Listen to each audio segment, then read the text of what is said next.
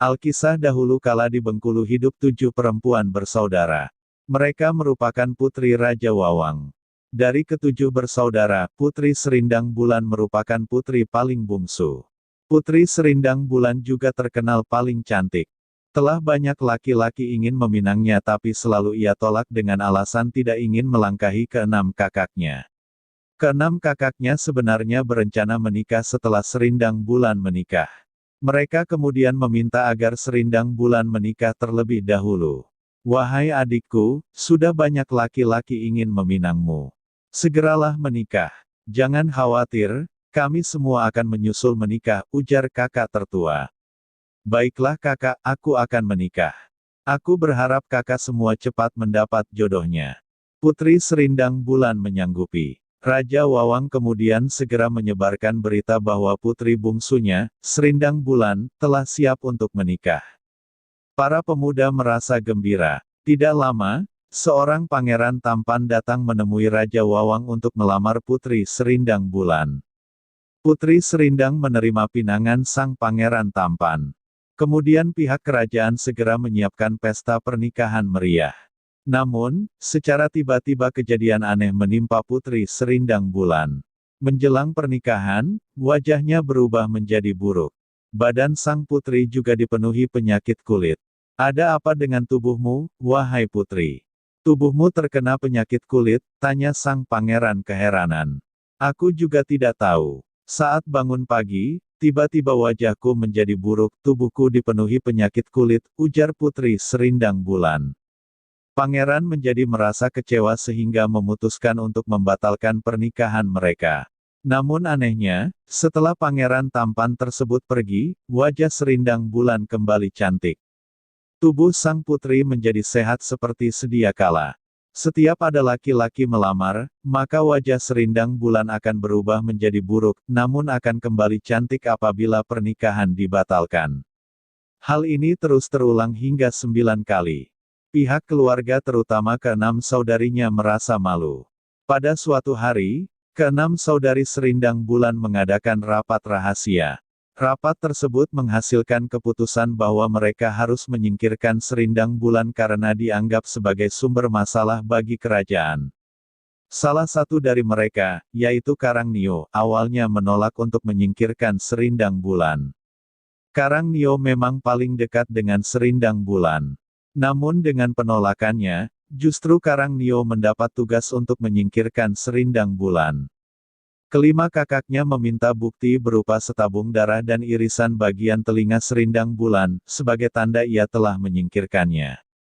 Dengan berat hati, Karangnio memenuhi permintaan kakak-kakaknya. Pada suatu hari, Karangnio mengajak Serindang Bulan berjalan-jalan. Awalnya Serindang Bulan tidak curiga namun, lama-kelamaan Serindang Bulan merasa takut karena Karangnio mengajaknya masuk ke dalam hutan. Karangnio terlihat sangat gelisah. Akhirnya ia berterus terang kepada Serindang Bulan bahwa ia mendapat tugas untuk menyingkirkannya. Kalau memang sudah menjadi keputusan kakak semua, maka lakukanlah tugasmu kata Serindang Bulan sedih.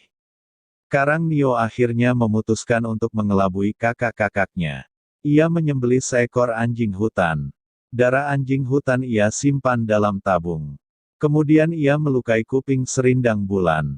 Kuping Putri Serindang akan ia bawa sebagai bukti telah menjalankan tugasnya menyingkirkannya. Karangnio menyuruh Serindang Bulan pergi menaiki rakit dari sungai Ulaudeus. Karangnio segera kembali ke istana. Sesampainya di istana, ia menunjukkan bukti setabung darah serta kuping Serindang Bulan pada kakak-kakaknya.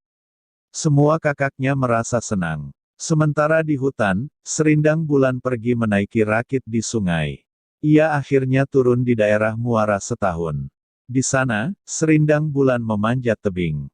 Di atas tebing, sang putri membuat rumah untuk ia tinggali. Setahun telah berlalu semenjak Serindang Bulan pergi dari istana. Suatu ketika, sebuah perahu milik Raja Indrapura bernama Tuanku Raja Alam melewati Muara Setahun. Sang raja melihat sinar kemilau dari atas bukit. Karena penasaran, raja pun menepi kemudian turun dari perahu. Ia kemudian menaiki tebing sumber sinar kemilau tersebut. Setibanya di atas tebing, raja melihat sebuah rumah. Sang raja mengetuk pintu rumah. Dari rumah tersebut keluarlah serindang bulan yang membuat raja terkejut. "Wahai gadis jelita, aku tidak menyangka jika cahaya di atas tebing ternyata berasal darimu," kata raja. Setelah berkenalan, Putri Serindang Bulan kemudian menceritakan kejadian yang menimpanya. Cerita Serindang Bulan membuat raja terharu kemudian mengajaknya untuk tinggal di kerajaan Indrapura. Serindang Bulan pun menyetujuinya. Sampai di kerajaan Indrapura, sang raja menggelar rapat. Sang raja menceritakan masalah Serindang Bulan. Raja berkeinginan untuk meminang Serindang Bulan. Para penghulu kerajaan mengusulkan untuk melihat situasi selama 3 hari untuk melihat apakah wajah Serindang Bulan akan kembali berubah menjadi buruk. Setelah ditunggu selama 3 hari, ternyata wajah Serindang Bulan tetap cantik. Akhirnya para penghulu menikahkan raja dengan Serindang Bulan. Para penghulu meminta raja untuk memberitahu wali Serindang Bulan. Raja kemudian mengirim utusan ke tempat Raja Wawang untuk memberitahu tentang rencana pernikahan Serindang Bulan dengan Raja Alam. Mendengar kabar tersebut, kakak-kakak Serindang Bulan kaget bukan main. Mereka menyalahkan Karangnio karena dianggap gagal menyingkirkan Serindang Bulan. "Sudahlah kakak-kakakku, hentikan pertikaian kita. Sebaiknya mari kita sama-sama pergi menghadiri pernikahan Serindang Bulan," ujar Karangnio. Kakak-kakak Karangnio akhirnya mengiyakan. Lalu berangkatlah ke-6 saudari tersebut. Sesampainya mereka di kerajaan Indrapura, mereka langsung bertemu dengan tuanku Raja Alam. Ke-6 saudari meminta mahar berupa emas sebagai syarat menikahi adik mereka, Serindang Bulan. Raja Alam menyetujui permintaan mahar dari ke-6 saudari tapi dengan satu syarat, mereka harus mengenali adik mereka sendiri, Serindang Bulan. Jika tidak, maka mereka semua akan dihukum. Raja kemudian menyiapkan 6 orang gadis yang didandani dan wajahnya mirip Serindang Bulan. Mereka dihadapkan pada ke-6 saudari Serindang Bulan. Ke-6 saudari Serindang Bulan diminta untuk menunjukkan mana Serindang Bulan asli. Ke-5 saudari kebingungan karena tidak tahu Serindang Bulan asli. Tapi Karangnio teringat bahwa ia pernah melukai telinga Serindang Bulan. Dan benarlah, ada satu gadis memiliki bekas luka di telinganya yang berarti dialah Serindang Bulan asli. Akhirnya Putri Serindang dengan Karangnio berpelukan sambil menangis melepas rindu. "Bagus. Berarti kalian masih mengenali Serindang Bulan. Aku akan memenuhi mahar dengan memberikan emas permintaan kalian.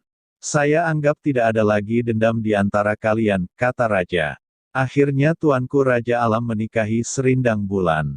Sementara ke-6 saudari mendapatkan setabung bambu berisi emas.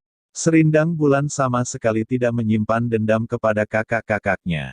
Meskipun ia telah menikah dan hidup terpisah dari kakak-kakaknya, namun ia masih sering mengirimi mereka hadiah.